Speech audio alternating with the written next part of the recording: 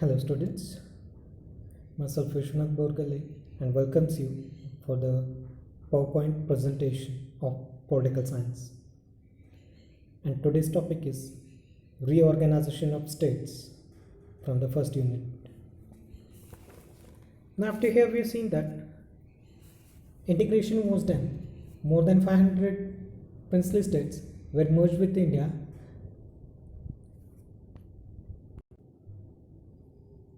because of Sardar Vallabhbhai Patel.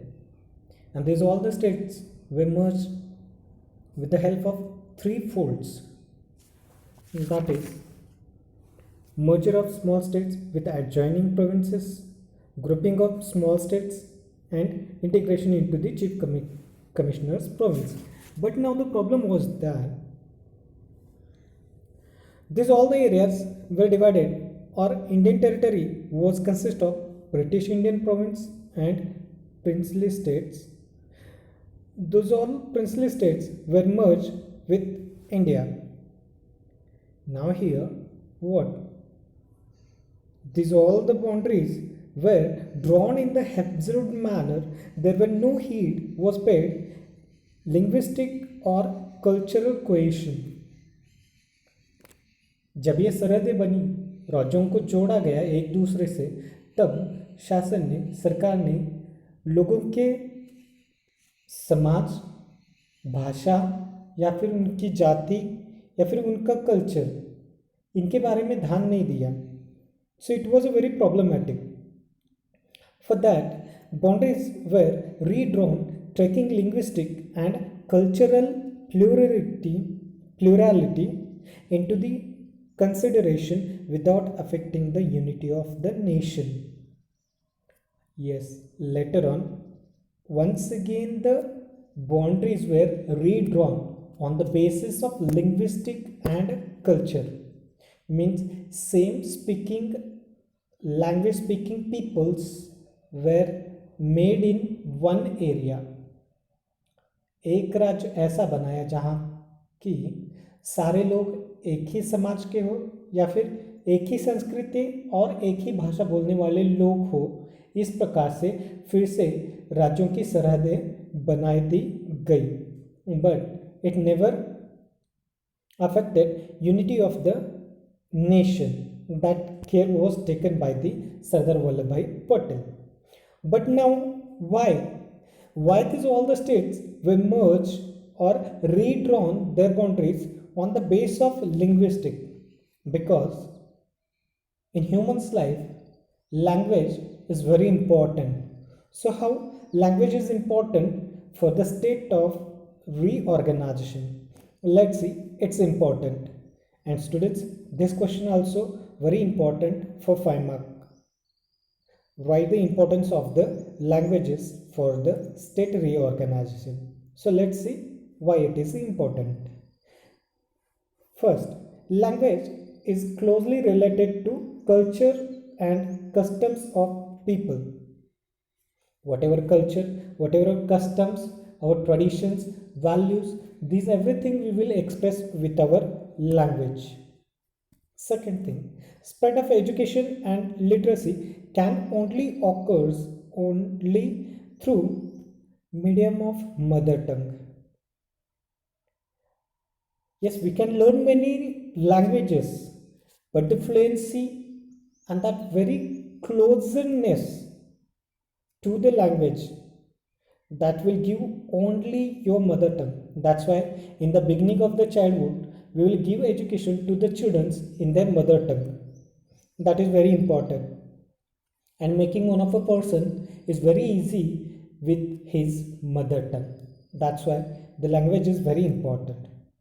Third point, to a common man, democracy can be real only when politics and administrations are conducted in his language. कभी कभार ऐसा हो जाता है, हमारी मातृभाषा एक रहती है और जो दफ्तर में हुए हुए व्यवहार होते वो अंग्रेजी में होते, जो साधारण मनुष्य के लिए जान पाना बहुत ही कठिन होता है. इसलिए अगर साधारण मनुष्य के पास तक जाना है, उसे एजुकेट करना है, उसे लोकतंत्र का महत्व बताना है या फिर राजनीति के बारे में बताना है तो उसकी मातृभाषा में ही बताना बहुत ही अहम बात है. The common man will come to know about the politics, administration, democracy, these all the things when he will get that knowledge in his own mother tongue. Then only it is possible. Next point is linguistic states can provide education, administration, and judicial activities in mother tongue. जैसा आप कह सकते हैं कि मातृभाषा ही सर्वश्रेष्ठ भाषा हो सकती है जहाँ पे बहुत ही आसानी से लोग उसे समझ सकते हैं. That's why providing this all education, administration and judicial, these all activities should be and must be done in the mother tongue. That's why every state has its own language and official languages, and our central government has its own official languages. So in our Indian constitution there are the 22 official languages. Those are spoken throughout the India. Therefore it was assumed that free India would be based its boundaries on the linguistic principles. That's why because of this importance of this language, the Indian government has thought to redraw the boundaries on the basis of the linguistic and culture. Now let's see how the states were redrawn as per the State Reorganization Act of 1956. Drawing the boundaries on the basis of linguistic and culture intensified rivalry, so the matter was postponed. As the people were divided on the base of their culture and language, so they started giving importance to only their language and their mother tongue, their area. So it was harming to the national integration. So the Indian government has thought to let's postpone this dividing the areas on the base of linguistic and culture. But one of the well-known freedom fighter from the Andhra Pradesh, that is Potti Sriramulu, was went undertook fast unto the death. He made the fasting for 58 days, and after 58 days he was died. He was expired, and this incident had intensified. It was like a forest fire took everywhere across the India. So the Indian government has took initiative and made Hyderabad as the first state on the basis of linguistic. Andhra Pradesh was the first state to form on the basis of linguistic in 1953. In the same year, December 1953, one of a commission was set for the state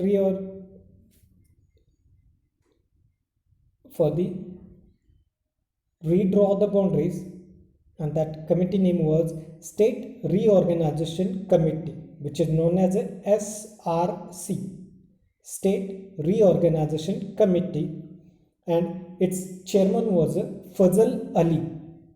Even it is known as a Fazal Ali Commission also. Fazal Ali was a chairman of this State Reorganization Committee, and K.M. Panikkar and Hridaynath Kunzru were the two members of this committee. Now the main work of this committee was they have to examine the issues and the principles of the state reorganization, keeping in the view objectivity and indiscrimination.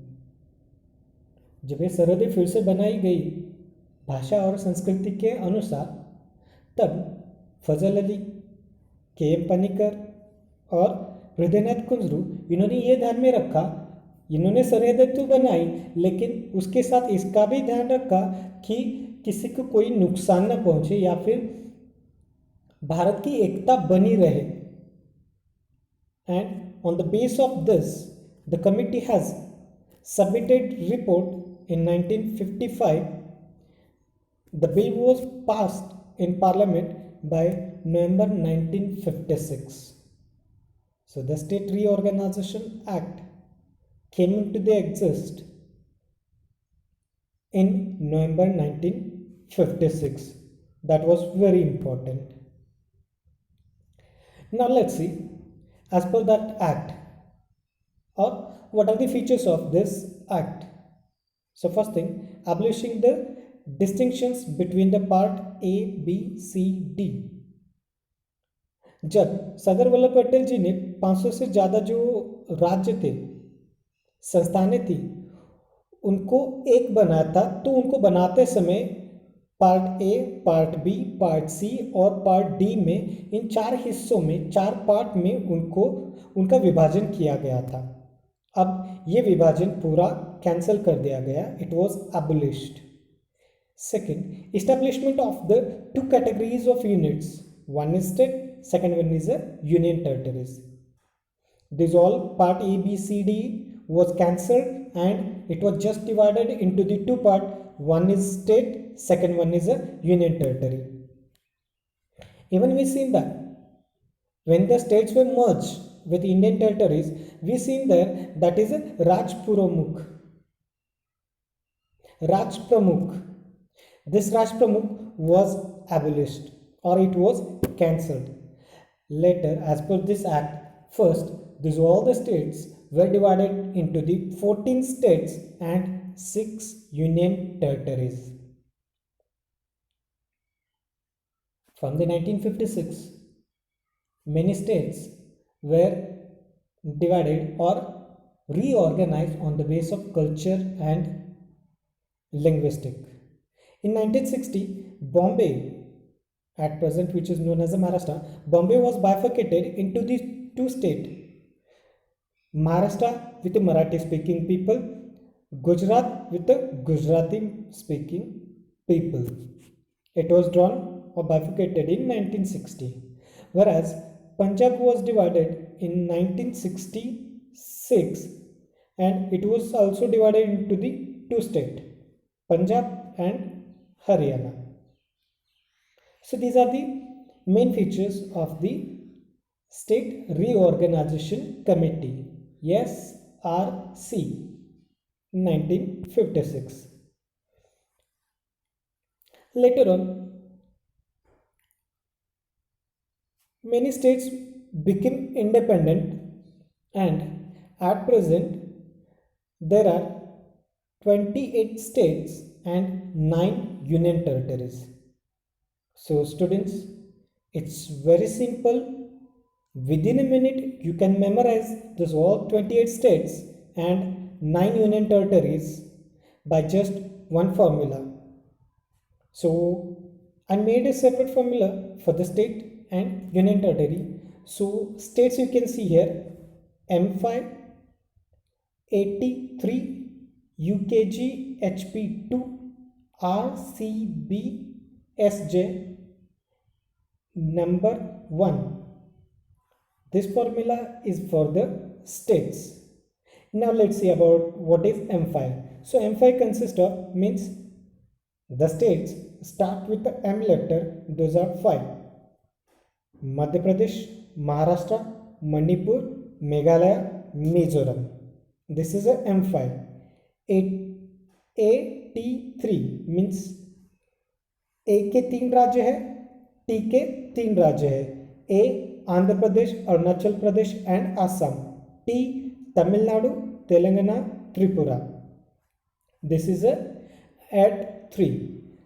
ना next you के जी H P, हर एक letter के 2 राज्य है. You Uttarakhand Uttar Pradesh, K Karnataka Kerala, G Gujarat Goa, H Haryana Himachal Pradesh, P that is Pashchim Bengal or West Bengal and Punjab. Now the last one in state, that is RCBSJ number 1. Every letter has just one state. R. Rajasthan. C. Chhattisgarh. B. Bihar. S. Sikkim. J. Jharkhand. N. Nagaland. O. Orissa.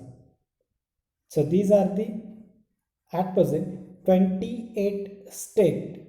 Once again I will repeat formula. M5 83 UKG HP2 RCB SJ NO1. Now Union Territories. Union Territories are 9 and the formula is D3 L2 ACP J1. D3 Div Daman, Dadar and Nagar Haveli, Delhi. L2 Lakshadweep and Ladakh. ACPJ1 Andaman and Nicobar, Chhattisgarh, Pondicherry, Jammu and Kashmir. So this is a formula for the Union Territories.